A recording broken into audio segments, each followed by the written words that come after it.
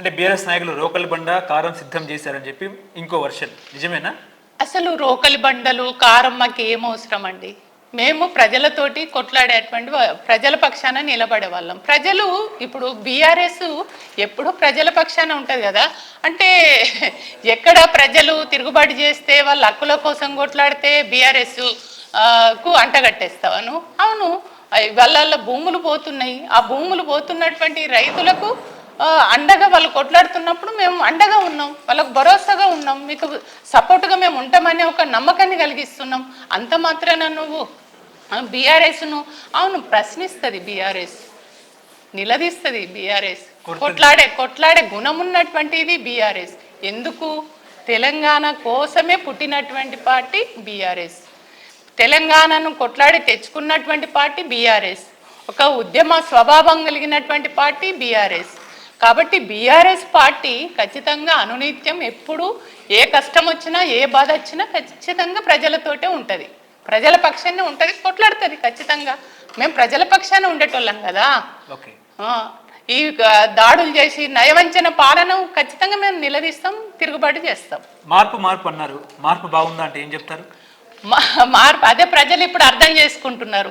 అదే చాలామంది మా అక్క చెల్లెళ్ళు అంటారు, నీ మార్పు పాడుగాను ఏదో వాడు 2,000 కాడ 4,000 ఇస్తాడంటే, కళ్యాణ లక్ష్మి ఇచ్చి మళ్ళీ తులం బంగారం ఇస్తాడంటే, రైతు బంధు 10,000 నుంచి 15,000 ఇస్తాడు అని అంటే, అట్లనే 2 లక్షల రుణమాఫీ చేస్తాను అని అంటే, చదువుకున్న పిల్లలకు స్కూటీ కొనిస్తానంటే నమ్మినాము, మోసపోయినాము, తెలియక ఓటు వేసినాము, మేము కయ్యల పడ్డాము అని అంటారు మా మహిళలు, మా అక్క చెల్లెలు, మా అన్నదమ్ములు చాలా మంది చెప్తున్నారు. అది తెలంగాణ ప్రజలు కేసీఆర్ మర్చిపోయారని చెప్పి సీఎం అంటున్నారు, నిజంగా మర్చిపోయారా? కేసీఆర్ గారు ఎప్పుడు కూడా కేసీఆర్ గారిని తెలంగాణ ప్రజలు మర్చిపోరు.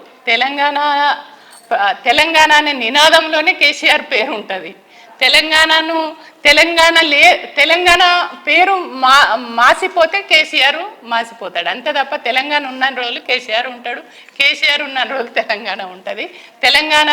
తెలంగాణ ప్రజల్లో కేసీఆర్ గారు తెలంగాణ చరిత్రలో ఎల్లవేళలా నిలిచిపోతారు. ఆ రకంగా ప్రజల గుండెలలో నిలిచిపోయారు కేసీఆర్. సీఎం రేవంత్ కేటీఆర్ జైలుకి పంపిస్తే బయటకు వచ్చిన తర్వాత పాదయాత్ర చేసి కేటీఆర్ సీఎం అయ్యే అవకాశం ఉందని మీరు అనుకుంటున్నారా? ఇవాళ ప్రజలు కేటీఆర్ కానీ కేసీఆర్ కానీ ప్రజల పక్షాన ఉండి కొట్లాడేవాళ్ళు. ఇవాళ రేవంత్ రెడ్డి ఒక భయానకమైన వాతావరణాన్ని సృష్టించాలని చూస్తున్నాడు, భయభ్రాంతులు చేయాలి. కేసీఆర్ ప్రొద్దున లేస్తే ప్రజల గొంతుకై మాట్లాడుతున్నారు, అంతే కదా. ప్రతిదాన్ని ప్రభుత్వం చేస్తున్న తప్పుడు పనుల్ని నిలదీస్తున్నారు. వాళ్ళు చేస్తున్నటువంటి ప్రతి ప్రజా వ్యతిరేక పరిపాలనని అడుగుతున్నారు, ప్రశ్నిస్తున్నారు. కాబట్టి ఆ ప్రశ్నించే గొంతును లేకుండా చేయాలనే దాంట్లో భాగంగా వాళ్ళు అరెస్ట్ చేయాలని కుట్రలు చేస్తున్నారు. అరెస్టులు చేసినా, మొన్ననే చెప్పారు కేటీఆర్ గారు, అరెస్టులు చేసినా ఏది చేసినా మా గొంతు అవుతుంది, ప్రజా గొంతుగానే ఉంటాం, మేము ప్రశ్నించే వాళ్ళుగానే ఉంటాం, మేము ఏ దానికి భయపడవలసిన అవసరం లేదు, పోతాము మళ్ళీ వస్తాము, మేము మళ్ళీ ప్రజల పక్షాన నిలబడతాం అనేది చాలా క్లియర్గా చెప్పారు కదా. మళ్ళీ ప్రజల పక్షాన నిలబడతాం. ప్రజలు ఏం చేస్తారనేది రేపు ప్రజలు కదా న్యాయ నిర్ణేతలు.